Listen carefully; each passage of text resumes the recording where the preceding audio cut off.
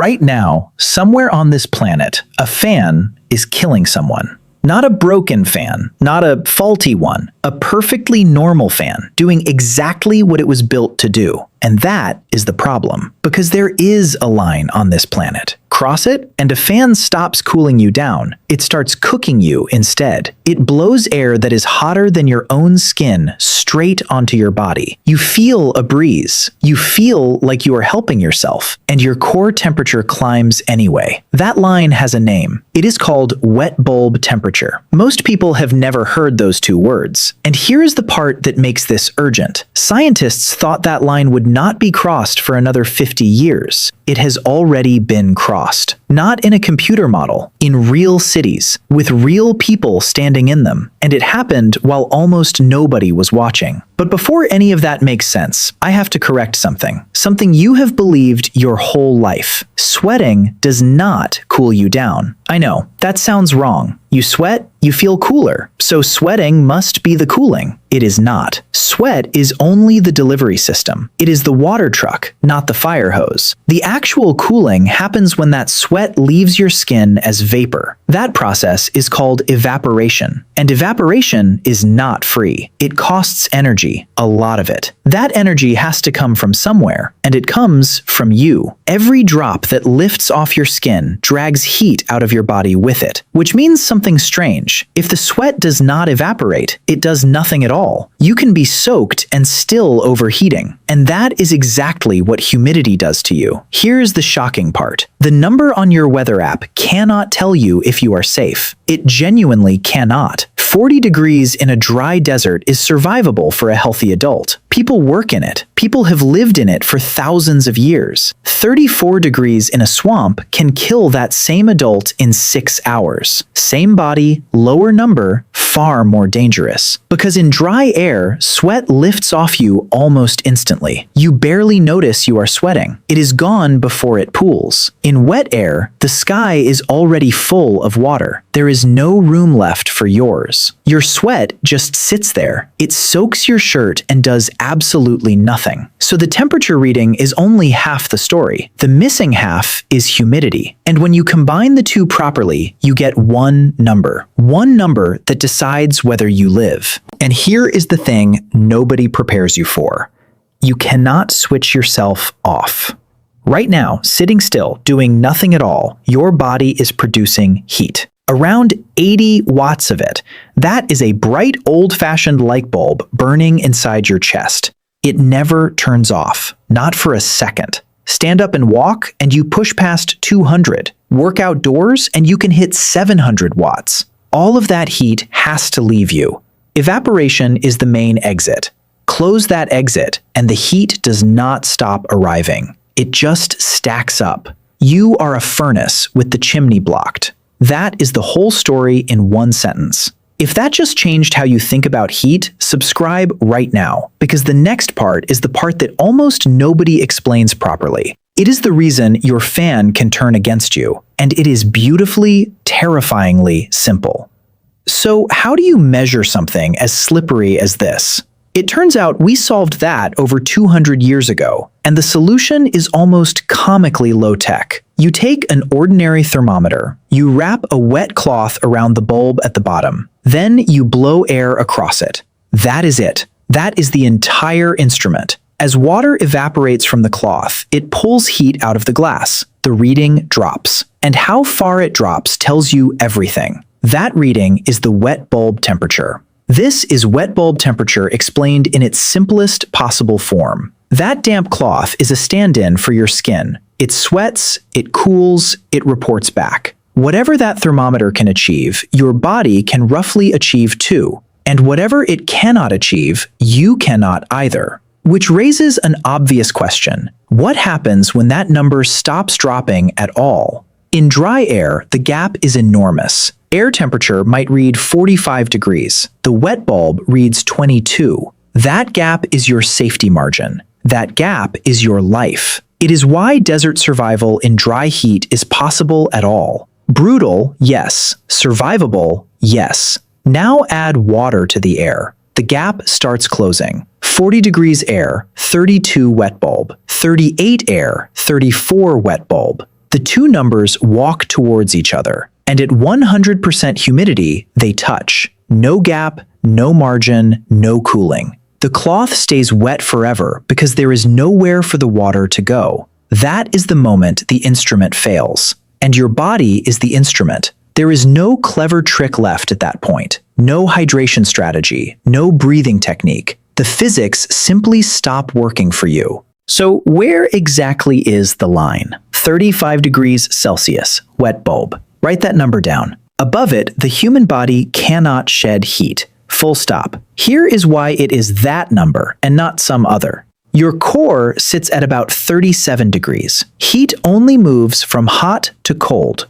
Always. Everywhere. No exceptions. So heat leaves you only if the world around you can accept it. At a wet bulb temperature of 35, the air can no longer accept it. It is too hot to take your heat by contact. It is too wet to take your heat by evaporation. Both doors close at once. Meanwhile, the furnace inside you keeps burning, 80 watts, then more, then more. Your core temperature starts to climb, not because you are sick, not because of fever, because there is nowhere else for the heat to go. And this is very different from a fever. A fever is your body choosing to raise the thermostat. It is controlled. It has a ceiling. It has a purpose. This is the opposite of that. This is the thermostat losing all authority. Your core climbs past 38, then 39. At around 40, proteins in your cells begin to distort. Your gut lining starts to leak. Your brain swells slightly inside a skull that will not expand. That is heat stroke, and it does not announce itself politely. People stop sweating, they get confused, they get aggressive. Some feel cold and start shivering in blazing heat. Many insist they are completely fine. That last symptom is the one that kills, because by the time you know, you often cannot act. Which brings us back to the fan. A fan does not produce cold air. I want that to land properly. Your fan has no cooling element inside it. None. It is a plastic blade pushing air around a room. It actually adds a tiny amount of heat from the motor. So why does it feel amazing? Because it strips away the humid layer sitting on your skin. It replaces it with drier air. Evaporation speeds up. You cool down because your sweat is finally allowed to work. The fan is not the cooling. It is the assistant. That distinction sounds academic. It really is not. It is the entire difference between a tool and a weapon. Now, flip the conditions. Once air temperature climbs above your skin temperature, roughly 35 degrees, that moving air is hotter than you are. Every gust delivers heat instead of removing it. The fan is now a convection heater pointed at your body, and you feel a lovely breeze the entire time. Now stack humidity on top of that. This is the worst case, and it is worth being precise about it. High humidity has already crippled evaporation. The fan cannot restart it. There is nowhere for the water to go. So the fan's only remaining effect is the harmful one. It speeds up heat transfer from hot air into your skin. It works faster than still air would. It makes you lose faster. And this is not a theory somebody dreamed up. Studies on older adults in hot, humid conditions found exactly this. Fans measurably raised core temperature instead of lowering it. They also raised heart rate. For someone with a strained heart, that is a second danger stacked on the first. The breeze feels like relief. The instruments say otherwise. Comfort and safety stop agreeing with each other. That is what makes this so dangerous. Now for the part that genuinely alarmed climate scientists. For years, the assumption was comfortable. A sustained 35-degree wet bulb reading was considered theoretical, something for the end of the century. A warning, not an event. Then, in 2020, researchers did something simple and overdue. They stopped modeling and started reading. They went through decades of raw, hourly weather station data, not averages, not projections, actual readings from actual instruments. And the threshold had already been touched. It had happened in South Asia. It had happened around the Persian Gulf. It had brushed parts of coastal Mexico and the Gulf Coast. The events were brief.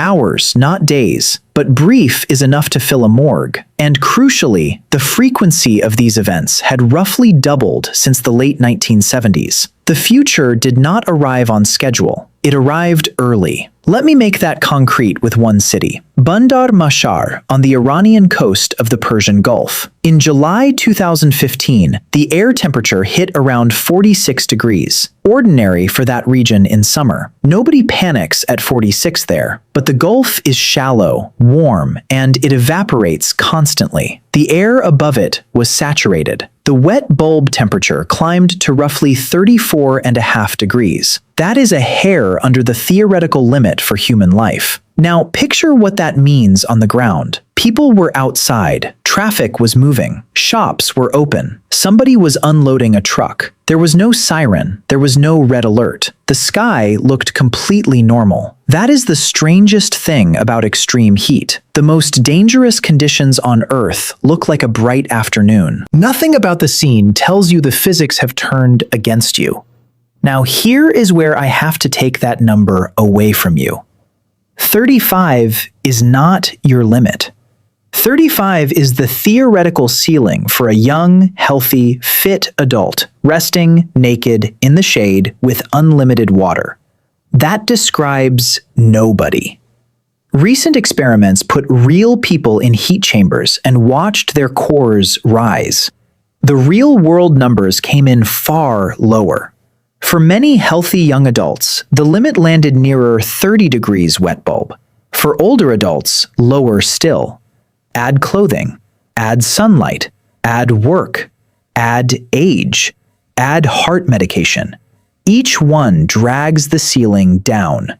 For a laborer swinging a hammer, dangerous heat stress can begin near 28.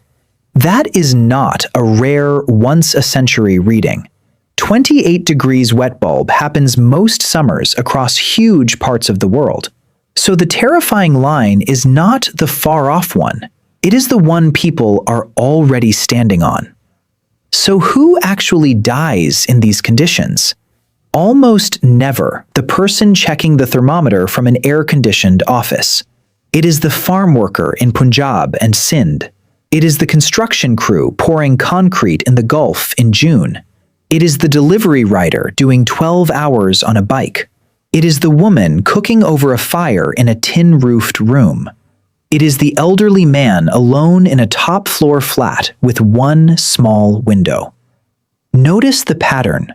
The people generating the most internal heat have the least ability to escape it. Their bodies are producing 600 or 700 watts. Their environment refuses to accept any of it. And they usually cannot stop working because stopping means not eating. This is why heat is not a neutral weather event. It sorts people. It always has. Heat finds whoever has the fewest options, and it finds them first. Climate change does not arrive evenly, and neither does this. And do not assume rich countries are exempt. Europe, 2003. A heat wave settled over the continent for weeks. Wet bulb readings never came close to 35. Not once. Nowhere near it. More than 70,000 people died anyway. That number still shocks people who study this. It was not the peak that killed.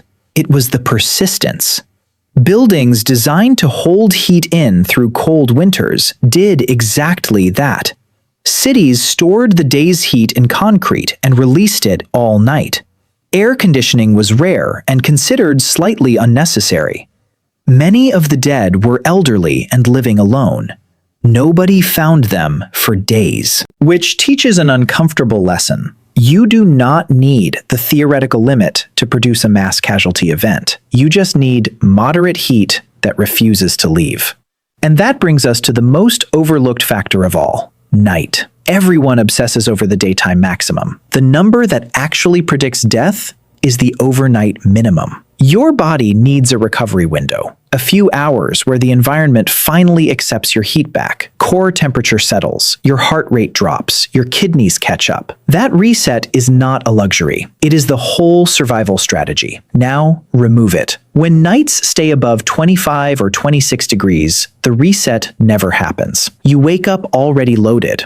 Day 2 starts where day 1 ended, and day 3 is worse. This is how a 3-day heat wave kills far more than a 1-day spike. The damage compounds. Hospitals see the deaths on day 3 and day 4, not day 1. By then, the body has had no cooling window for 70 hours. And overnight minimums are rising faster than daytime highs almost everywhere. That is one of the clearest fingerprints of global warming on human health. The heat is not just higher, it is refusing to let go. There is another reason nights are not cooling. Cities. Asphalt, brick, and concrete absorb sunlight all day and radiate it back at night. Add engines. Add air conditioner exhaust. Add fewer trees. The result is called the urban heat island. A dense neighborhood can sit 5 to 7 degrees hotter after dark than the countryside 20 kilometers away. Same city, same night, different survival odds. And it is rarely random which neighborhoods are hottest. Wealthier districts have parks, gardens, tree cover, and shade. Poorer districts have tin roofs, narrow lanes, and bare concrete. The temperature difference across one city can be larger than the global warming projected for the next 50 years. So when a heat wave hits, the map of the dead is often the map of who has trees. That is not a metaphor. Researchers can draw both maps. They match almost perfectly. So why have you never heard any of this on the news? Because we report the wrong number. We report air temperature, which ignores humidity entirely. Or we report the heat index, the feels like number. And here is the catch with feels like. It is a comfort scale. It was built to describe how unpleasant conditions are. It is not a physiological limit. Nothing about it tells you whether your cooling system can still function. Wet bulb temperature does exactly that, and only that. It answers one question. Can this body still lose heat? Yes or no? There is no comfort in that answer. There is no interpretation. It is closer to a gas gauge than a weather report. But it sounds technical, so it stays in academic papers. Meanwhile, the public gets told to drink water and stay in the shade. Advice that is genuinely useful up to a point and completely useless past it. Let me walk you through what actually happens past that point. Because most people imagine collapse, fainting, a dramatic moment. It is far quieter than that and far faster. First comes heat exhaustion, heavy sweating, weakness, nausea, a pounding headache, clammy skin. Your heart is racing because blood is being pushed to your skin to dump heat. That means less blood for your brain and your gut. You feel awful, but you are still cooling. Your system is still fighting. Then the switch flips. Sweating stops. Skin goes hot and dry. Confusion arrives. That is heat stroke, and it is a medical emergency. Untreated, it is often fatal. Treated late, it leaves permanent brain and organ damage. The window between those two states can be 20 minutes, and the person inside it is usually the last to notice. That is why the buddy system is not optional in serious heat. There is also a slower version of this that almost nobody talks about. You do not have to reach heat stroke to be damaged. Across sugarcane fields in Central America and rice fields in South Asia, doctors kept finding kidney failure in young men. No diabetes, no high blood pressure, none of the usual causes, just years of long shifts in brutal heat with too little water. Repeated dehydration appears to scar the kidneys permanently. Some of these workers are on dialysis in their 30s. Some do not reach 40. The condition even has a name in the medical literature now: chronic kidney disease of unknown origin. This is heat killing people slowly over a decade, with no dramatic day to report. It never makes the news because there is no single event, no collapse, no siren, no headline number. Just an entire generation of workers aging out early. And that is happening now, at wet bulb readings that current weather reports would call an ordinary summer day. So, can the body adapt to any of this? Partly, and it is genuinely impressive. Spend 2 weeks working in heat and real changes happen.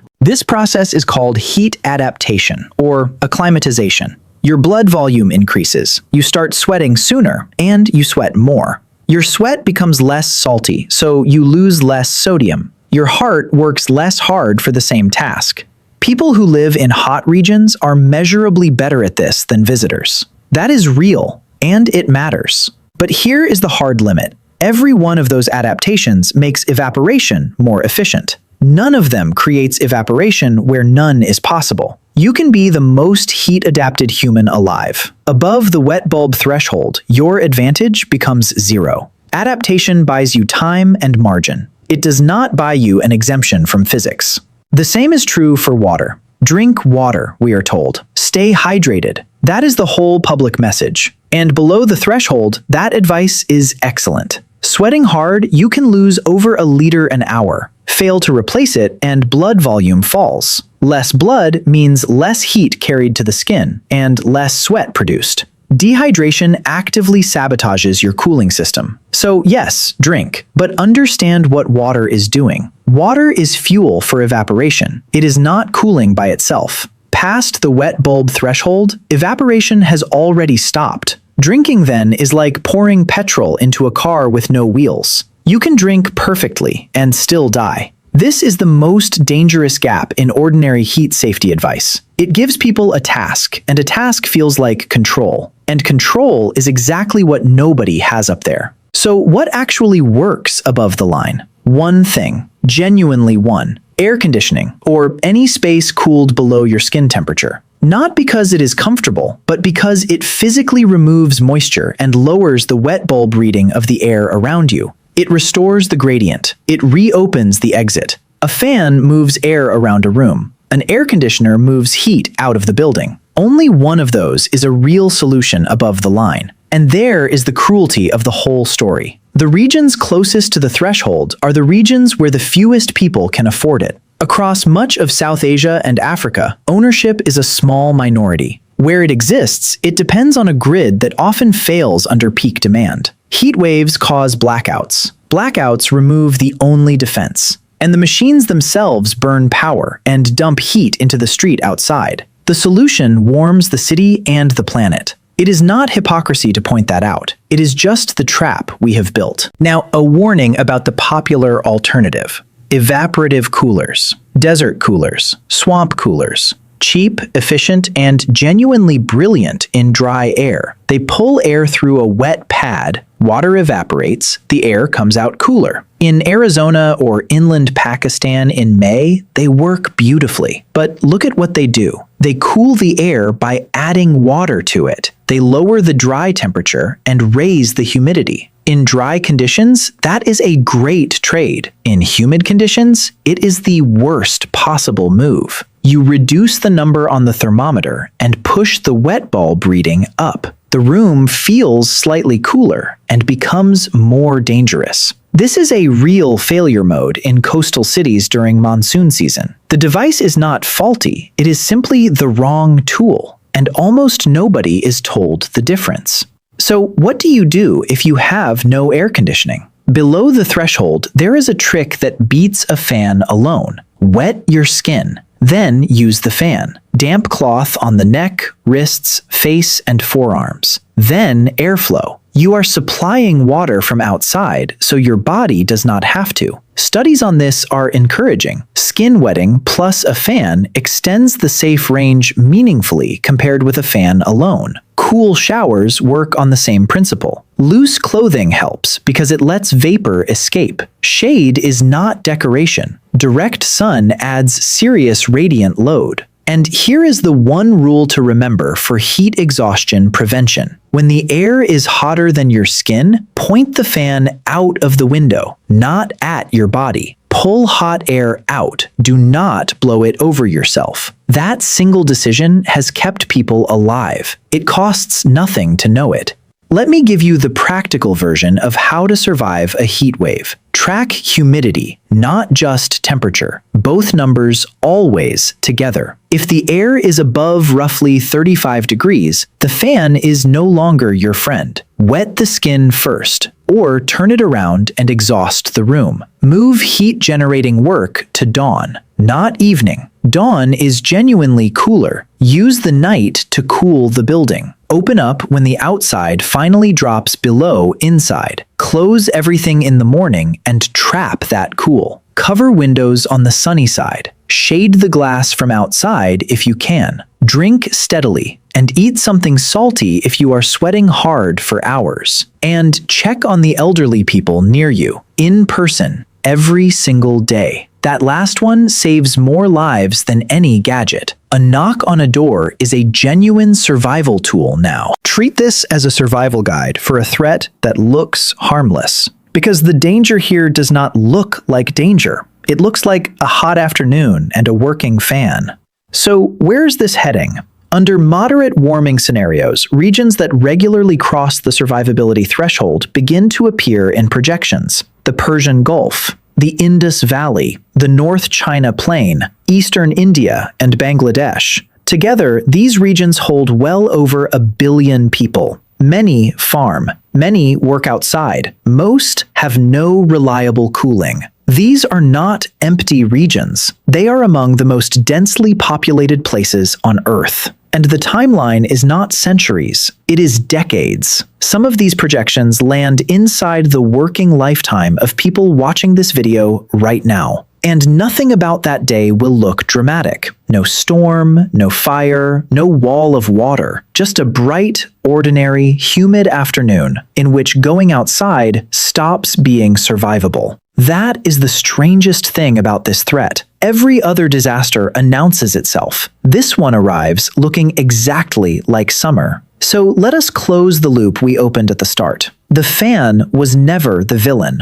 The fan is a wonderful machine, working perfectly, in the wrong conditions. It amplifies evaporation. That is all it has ever done. When evaporation is available, it saves you. When evaporation is gone, it just delivers heat to your skin faster. The same object, opposite outcomes. One invisible number decides which, and you now know that number. 35 degrees wet bulb temperature is the theoretical wall. 28 is where real people working real jobs start losing. Below it, your body can fight, and everything you do matters. Above it, no amount of water, no shade, no breeze changes the ending. Most people will never learn this. You just did in under half an hour. So the next time it is unbearably hot and you reach for that fan, you will know exactly what it can do and exactly when to switch it off. If you want to see what happens when a whole civilization runs into an environmental limit it did not understand, watch the video on your screen right now. It is the same story, just a few thousand years earlier.